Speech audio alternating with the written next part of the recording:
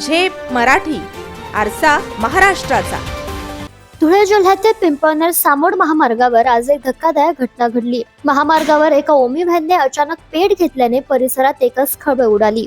मिळालेल्या माहितीनुसार ही व्हॅन पिंपळनेरहून सामोड मार्गे साक्रीकडे जात होती. वाहनात 3 जण प्रवास करत होते. अचानक व्हॅन मधून धूर निघू लागला आणि काही क्षणातच वाहनाने भीषण आग घेतली. प्रसंगावधान राखत सर्व प्रवासी वेळेत खाली उतरले आणि मोठा अनर्थ टळला. प्राथमिक अंदाजानुसार वाहनाच्या वायरिंग मध्ये झालेल्या शॉर्ट सर्किटमुळे ही आग लागली असावी. याशिवाय सध्या असलेली तीव्र उष्णता आणि सलग दीर्घकाळ वाहन चालवणे ही देखील संभाव्य कारणे मानली जात आहेत.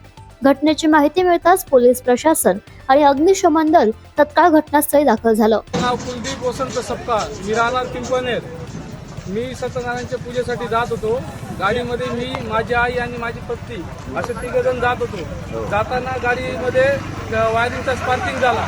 त्या स्पार्किंगच्या याच्यामध्ये वास आला आणि दूर निघत असल्यामुळे गाडी आम्ही एक बाजूला लावून दिली. गाडी बाजूला लावल्यानंतर गाडीची बॅटरीची वायर काढली. वायर काढल्यानंतर आजूबाजूची ट्रॅफिक थांबवली आणि तोपर्यंत गाडीने मोठा पेट घेतला होता. पण तोपर्यंत पोलिसही येऊ लागले आणि अग्निशामकवाले आले आणि गाडीच्या जे जाळ येतो थांबवण्यात आला आणि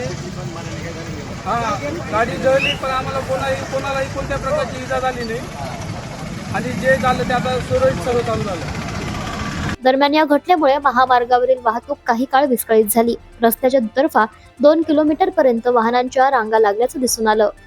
अशाच वेगळ्या आणि ताज्या बातम्यांसाठी पाहत रहा झेप मराठी, आरसा महाराष्ट्राचा. संपादक प्राध्यापक अनिल चव्हाण, धुळे.